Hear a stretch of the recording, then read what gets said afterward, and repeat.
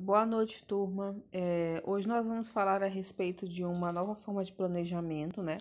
Complementando as outras duas que nós trouxemos na aula passada, planejamento normativo e estratégico. Hoje nós vamos ver o planejamento participativo, que na verdade é o formato de participação, né, de planejamento, que mais se enquadra na nossa forma de trabalhar, na nossa forma de planejar dentro do serviço social, dentro das áreas sociais que lidam com a população em geral. A gente vai ver hoje do que se trata, afinal de contas, essa forma de planejamento participativa, certo? Bom, o planejamento participativo representa um modelo mais, digamos assim, mais democrático e horizontal de planejamento, que, conforme sua própria definição, preza pela participação de todos os envolvidos em sua realização. O que significa dizer que você vai planejar de uma forma participativa? O processo de planejamento, ele tem várias etapas, né? Tem a etapa na qual você pensa o que vai ser planejado, quando você cria os objetivos, as metas, as definições, os objetivos finais, etc. E tudo isso é feito por pessoas, por grupos de pessoas. No planejamento estratégico e normativo, como a gente viu semana passada, se vocês estiverem lembrados, você baseia as decisões sobre esse planejamento nas mãos de poucas pessoas, ou na mão de apenas uma pessoa, ou de um grupo específico. No planejamento participativo, você vai estar planejando com a ajuda de todo mundo. Então, digamos assim, um exemplo, né? Então uma faculdade ou uma escola decidiu fazer um projeto. Aí eles tiveram a escolha de planejar só entre eles, só entre os técnicos, entre os diretores e professores.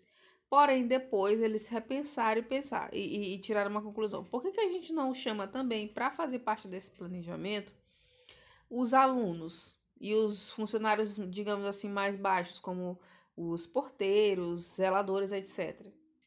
Então, eles já estão pensando em uma forma de planejamento participativa, onde não só quem está ali, digamos, nos escalões mais altos planejam, né, os professores, os técnicos, etc., mas inclusive os alunos que serão os beneficiários daquele projeto, que está sendo planejado, né? Então, o planejamento participativo, ele tem isso, ele é democrático. Democrático significa que todos podem participar, em maior ou menor medida, mas todos participam daquilo que está sendo planejado. E ele é horizontal porque não existe essa de alguém estar acima do outro nesse formato de planejamento. Todos têm igual valor, né? Por mais que, por exemplo, você vai fazer um projeto para uma população carente. Mas essa população carente não entende de orçamento, eles não entendem de termos técnicos da elaboração de um projeto, então a participação deles, claro que não vai ser igual a de um profissional, mas ela vai ter o mesmo valor. Então, o planejamento participativo, ele é democrático e horizontal, no sentido de que ele coloca a contribuição de todos os envolvidos na mesma importância, no mesmo grau de importância. Hoje em dia a gente tem muitas políticas públicas no Brasil, mas muitas delas não contam com a participação da população no seu planejamento. Nós mesmos, né, dificilmente participamos do planejamento de uma ação, de um projeto, de uma política. A nossa participação enquanto população, ela se dá mais através da votação, da eleição, né, de 2 em 2 anos. Esse planejamento participativo parte de uma leitura de mundo crítica. Então, lembrem a diferença. O planejamento normativo, o estratégico, eles partem de uma visão de mundo conservadora. A visão de mundo do planejamento participativo é crítica, é reflexiva, que apreende e denuncia o caráter excludente e de injustiça presente em nossa realidade. Então, a partir do momento em que você concebe que para planejar algo voltado para uma população, voltado para um público, esse público precisa estar presente, ele precisa estar ativo nesse planejamento, você reconhece que existe uma exclusão, você reconhece que existe uma injustiça e que é preciso corrigir essa injustiça. De que forma? Chamando essas pessoas à participação. Então, o planejamento participativo, ele, digamos que, entre aspas, ele combate essa exclusão, essa discriminação, né? As características de tal realidade, por sua vez, decorrem, dentre outros fatores, da falta ou da impossibilidade, né, de participação e do fato de a atividade humana acontecer em todos os níveis e aspectos. Ou seja, a desigualdade ela é presente em todos os âmbitos da sociedade.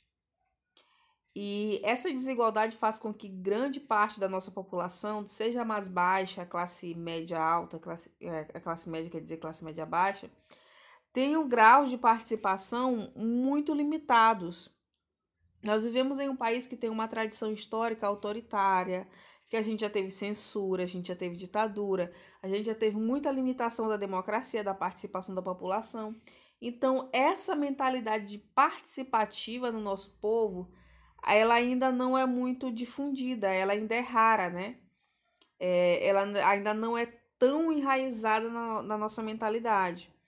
A gente até participa muito através de protestos, manifestações, plebiscitos. Quando tem eleição, a gente se mobiliza muito, mas nós não estamos participando 24 horas por dia naquelas políticas que nos interessam, né? Então, nós, por excelência mesmo, nós temos uma sociedade pouco participativa. E daí que vem a importância de você estabelecer uma forma de planejamento dessas coisas públicas, né? Mais participativo, e não só público, mas também no âmbito menor. Então, digamos que você é um assistente social que vai fazer um projeto numa comunidade. Você tem a opção de fazer um planejamento normativo, né? Como a gente falou, é o quê? É um planejamento onde somente as autoridades, só o líder lá, digamos, o profissional que entende que vai planejar. Tem um estratégico que ele já envolve mais pessoas ali no entorno. Ou você pode fazer um planejamento participativo, chamando aquela população que vai receber esse projeto para elaborá-lo também. O que eles querem, como, onde, de que forma, que a opinião deles também é importante. E dessa forma, você estaria diminuindo um pouco mais a exclusão e a desigualdade ali naquela situação, naquele contexto. O planejamento participativo começa a ser introduzido no Brasil entre as décadas de 60 e 70, com foco em comunidades e em projetos de desenvolvimento de comunidade baseados nas orientações da ONU. Então, quando é que esse planejamento participativo ele começa a surgir? Por mais que hoje ele pareça algo novo, porque muitos de nós não conhecem, né? Talvez a gente nunca tenha participado de um processo desse, de planejar coletivamente, uma coisa que fosse do nosso interesse. Essa forma de planejamento ela já é um pouco até antiga, né? Ela é dos anos 60, dos anos 70, e ela começou no Brasil através de uma coisa que era chamada de desenvolvimento de comunidade. Eu não sei se vocês já viram isso em alguma disciplina de fundamentos e introdução do serviço social, mas talvez a gente ainda vai ver, né? Mas havia uma forma de trabalho com comunidades que era chamado desenvolvimento de comunidade.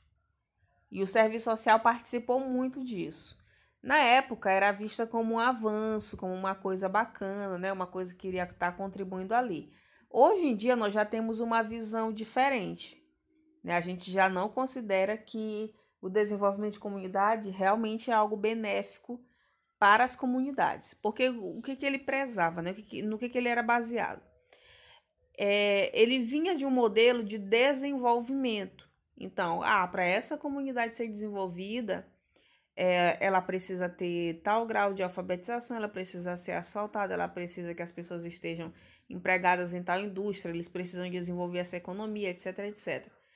Só que nem sempre uma comunidade precisa desse modelo de desenvolvimento que a gente está impondo para ela. De repente você chega numa comunidade ribeirinha de pescadores e você acha que o desenvolvimento é asfaltar, é colocar energia elétrica, internet, prédios, lojas, comércio, turismo. Não que isso não seja importante, de certa forma é necessário. Só que para aquelas pessoas, de repente, o desenvolvimento para elas é elas terem um ambiente mais limpo, elas terem mais condição de extrair a sua matéria-prima, de pescar, de conseguir vender melhor. Então, eu não posso chegar numa comunidade dizendo que é melhor para ela. Eu não posso criar esse desenvolvimento de comunidade. E isso era muito baseado nas orientações da ONU, das Nações Unidas, porque eles criavam esses projetos para os países de terceiro mundo. E aí vinha uma coisa lá de fora para implantar dentro das nossas comunidades. E isso deixou muitas consequências negativas até hoje em muitas delas.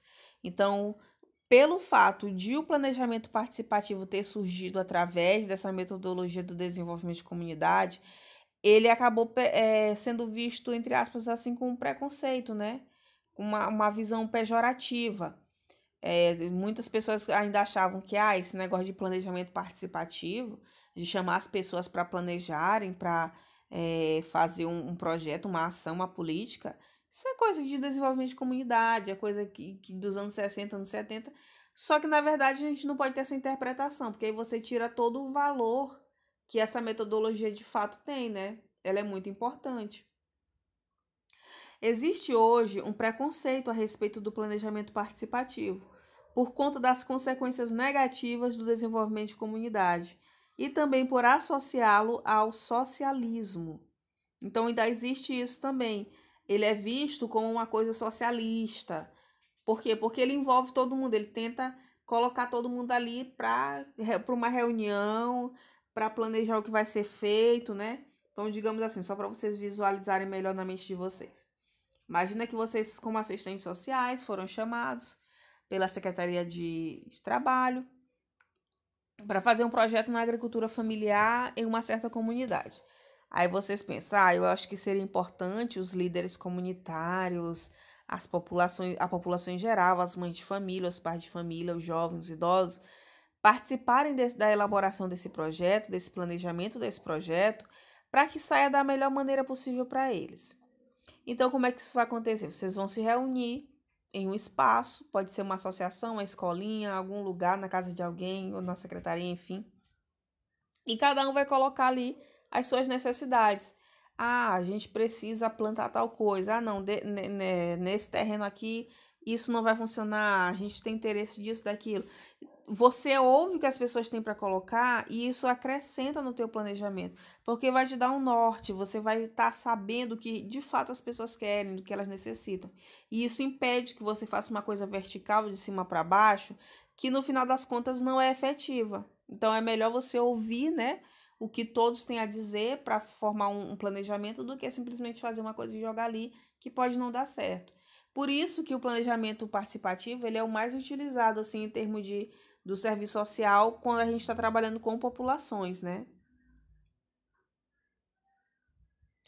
A participação no planejamento tem o sentido de compartilhar decisões, quer sejam econômicas, quer sejam políticas, quer sejam sociais ou culturais. Tomar decisões como um exercício de liberdade, sim, mas tomá-las de forma compartilhada. Então, planejar coletivamente, planejar participativamente, é compartilhar decisões, é aceitar que a sua decisão não é absoluta. É como vocês, quando estão planejando um trabalho em equipe. É uma forma de planejamento participativo, porque todo mundo está dando a sua opinião ali. Uns sabem mais que os outros, mas a opinião de todo mundo interessa. Então, as decisões elas são em todos os âmbitos.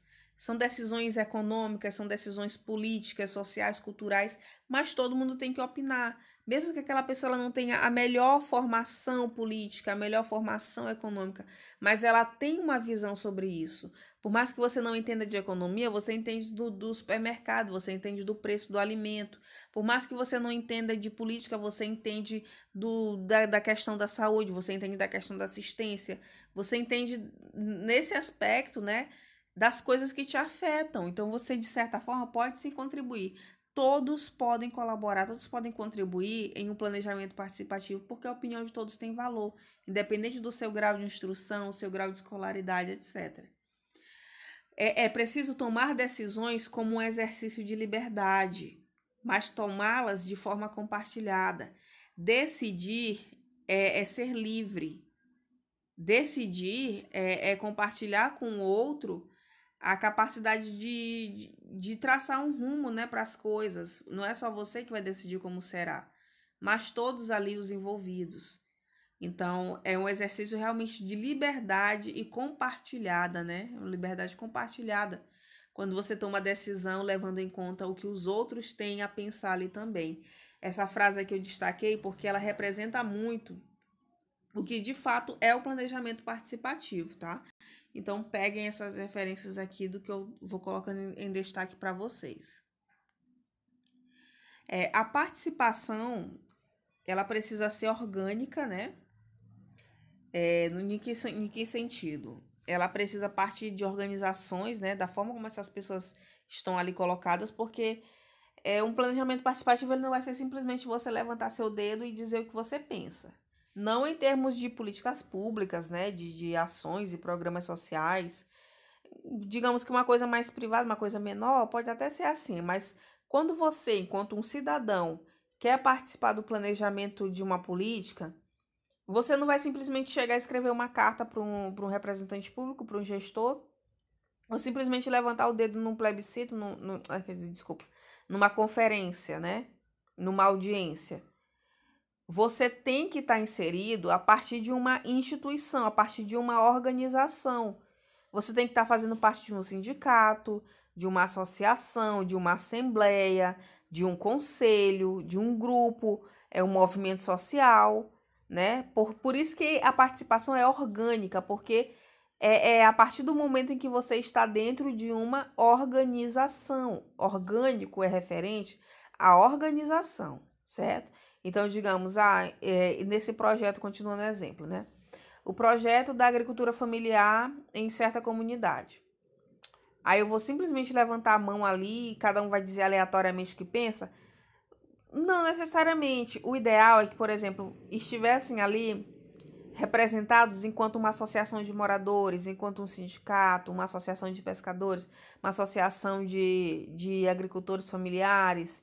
Seria muito mais interessante, porque a decisão seria mais representativa, teria um ente ali por trás, né? Dizendo assim, olha, é isso que coletivamente nós pensamos, essa organização representa nossos interesses e ela está aqui para isso.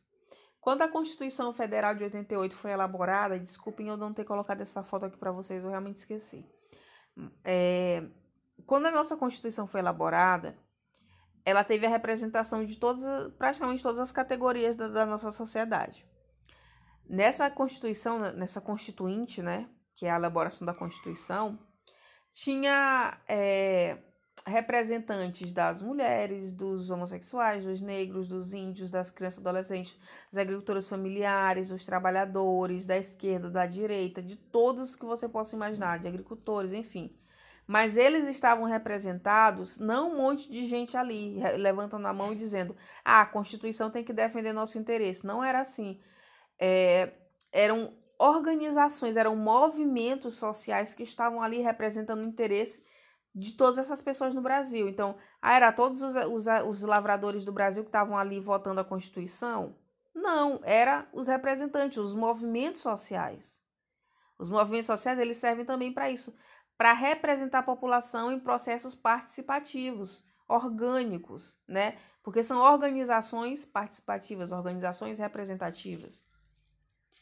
A participação assegurada por meio de uma organização ou órgão.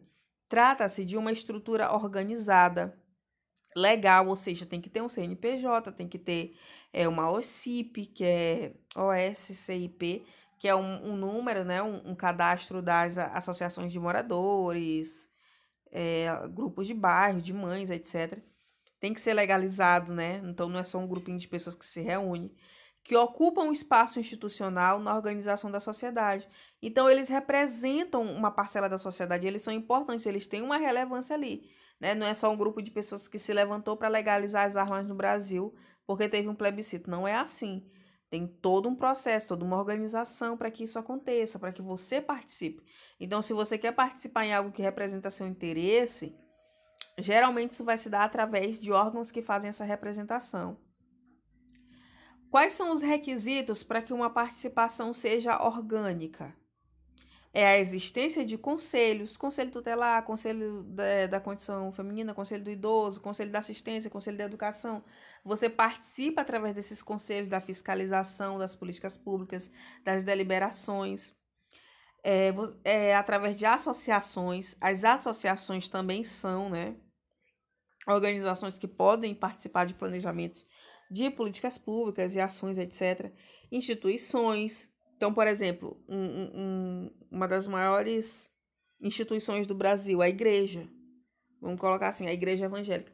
Ah, mas qual igreja? Não é a respeito de denominação, mas é a respeito da igreja em si. A instituição igreja, ela é muito participativa, né? Principalmente nos últimos anos aqui no Brasil. Então, por exemplo, você vai fazer uma política de restrição de circulação, uma quarentena, um lockdown.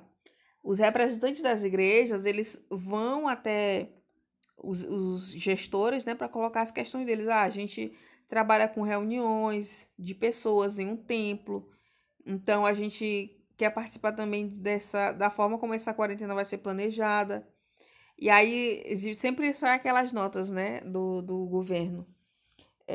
O funcionamento das igrejas vai ser de tal hora até tal hora, com tantas pessoas, etc, etc. Por quê? Porque eles, enquanto instituição, né, os evangélicos enquanto instituição igreja, se colocaram ali para participar, para expor o lado deles também. Foram todos os evangélicos que fizeram isso? Não, foram os representantes, né? Por isso que é uma participação orgânica. São as organizações, as instituições que representam a população. Você pode participar através de comissões, assembleias que garantem a participação popular. Então, nós temos todas essas formas de participação. Só que nem sempre a gente conhece, nem sempre a gente se envolve, nem sempre a gente participa. Mas elas existem, elas são importantes e por mais que existam críticas, né, às organizações sociais, elas são necessárias, né? Se a gente não tivesse organizações sociais no Brasil, a gente teria muito menos participação ainda. Entretanto, uma participação orgânica não está imune a alguns vícios, como eu falei, ela não é perfeita, que tendem a tomar conta do processo de participação.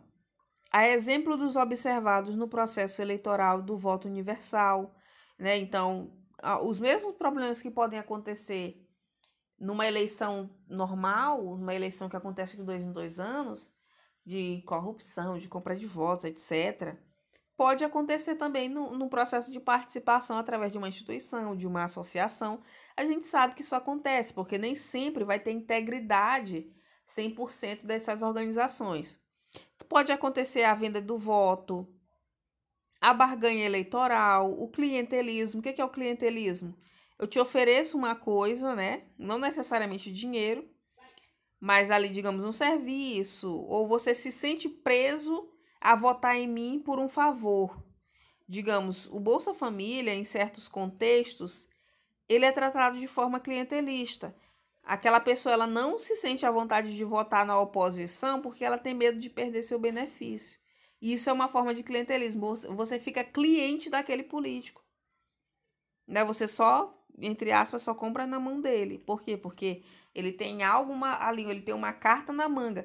Isso também pode acontecer no planejamento participativo. Ele não é as mil maravilhas só porque ele se propõe a ser democrático que ele não tenha nenhum defeito, né? Isso não é verdade. A defesa do interesse particular também pode acontecer, por exemplo. Você pode fazer um planejamento para fazer uma indústria de pesca comunitária. O governo liberou para fazer uma indústria de pesca comunitária.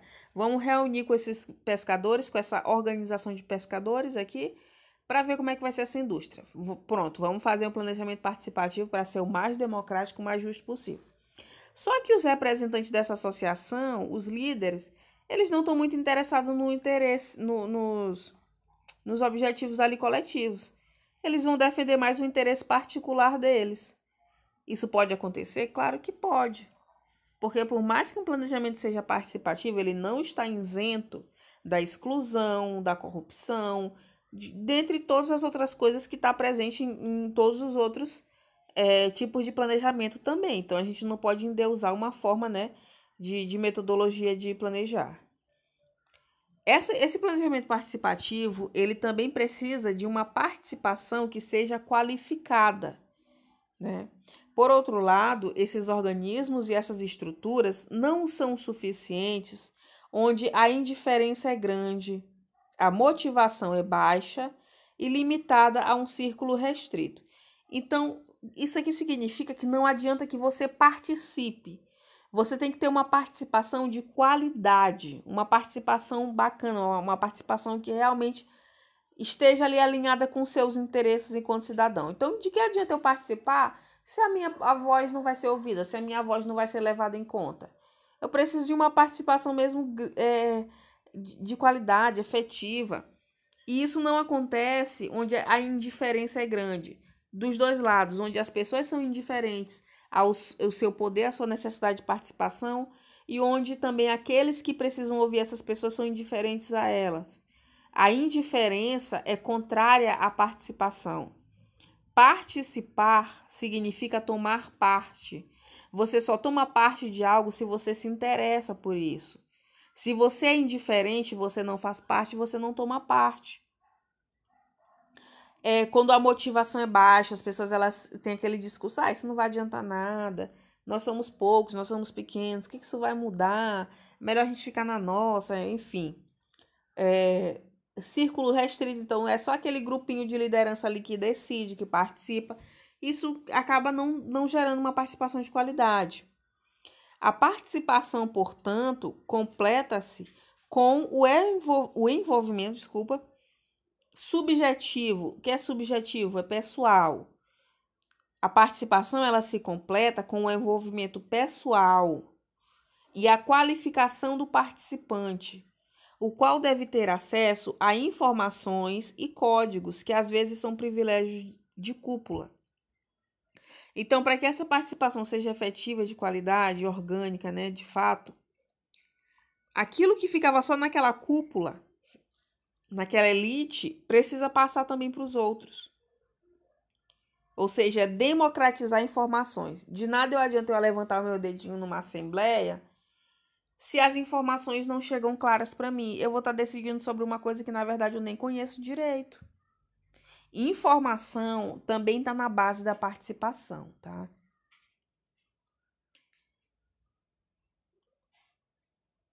Enquanto elementos básicos do planejamento participativo, eu vou citar alguns aqui para vocês, para que a gente consiga entender melhor a respeito de como que ele vai se delinear. Lembrando que semana que vem nós já vamos ter aula presencial, a gente já vai trabalhar isso na prática, tá? Distanciam-se daqueles modelos de organização do trabalho que separa no tempo e no espaço quem toma as decisões de quem as executa. Então, não existe aquela delimitação clara, aquela cerquinha. Nós planejamos, vocês só põem em prática. Não, aquele que põe em prática e aquele que usufrui do que está sendo planejado também participa. Não é exclusividade de quem tem a mentalidade planejadora, o executivo, o gestor, o profissional, né? Todos têm que participar. Conduzem a praxis enquanto ação de forma refletida, pensada. O que é praxis? A gente vai ter outra disciplina para trabalhar isso. Mas praxis não é prática. Praxis é quando você consegue alinhar a teoria com a prática, né? O movimento da realidade que você vai colocando as coisas em prática. Então, quando você consegue planejar de uma forma refletida e pensada, você também está exercitando ali um dos elementos básicos do planejamento participativo. Pressupõe a unidade entre pensamento e ação. Então, você planeja o máximo possível ligado à realidade, como ela pode acontecer. E não de uma maneira tão hipotética, tão imaginativa, né? Mas mais mesmo focado ali no real. De que forma que eu posso fazer isso acontecer? O planejamento participativo ele é focado na realidade, na realização, na transformação realmente da vida das pessoas, né? Em colocar o pensamento em ação. Isso é um elemento básico dele também. Outros elementos básicos que a gente pode citar aqui, a gente vai ter o poder, né, e a forma como ele é exercido. Esse poder dentro do planejamento participativo, embora não seja 100% igual, mas ele é exercido de forma coletiva, né? Sem divisão de poder, gente. Sem democratização de poder, não existe justiça social. Não existe democracia sem o compartilhamento do poder. Então, você pode ter o acesso à melhor saúde, educação, moradia, renda, mas se não tem compartilhamento do poder, a gente não pode dizer que essa sociedade é democrática de verdade. Porque democracia significa o poder do povo, se não há divisão de poder, né, entre a elite e o povo, entre a cúpula, digamos assim, política e o povo, não existe democracia de fato. Implicam a atuação permanente e organizada de todos os segmentos. Então, todos os segmentos envolvidos com esse trabalho social, eles vão ter uma participação atuante, uma participação permanente. Então, não é só você chegar numa comunidade, ouvir a opinião dela, anotar e ir embora. Eles vão estar participando continuamente, constantemente, de todas as etapas. Planejou, eles estavam lá. Fez acontecer, eles estavam lá. Depois, para avaliar, eles também estavam presentes.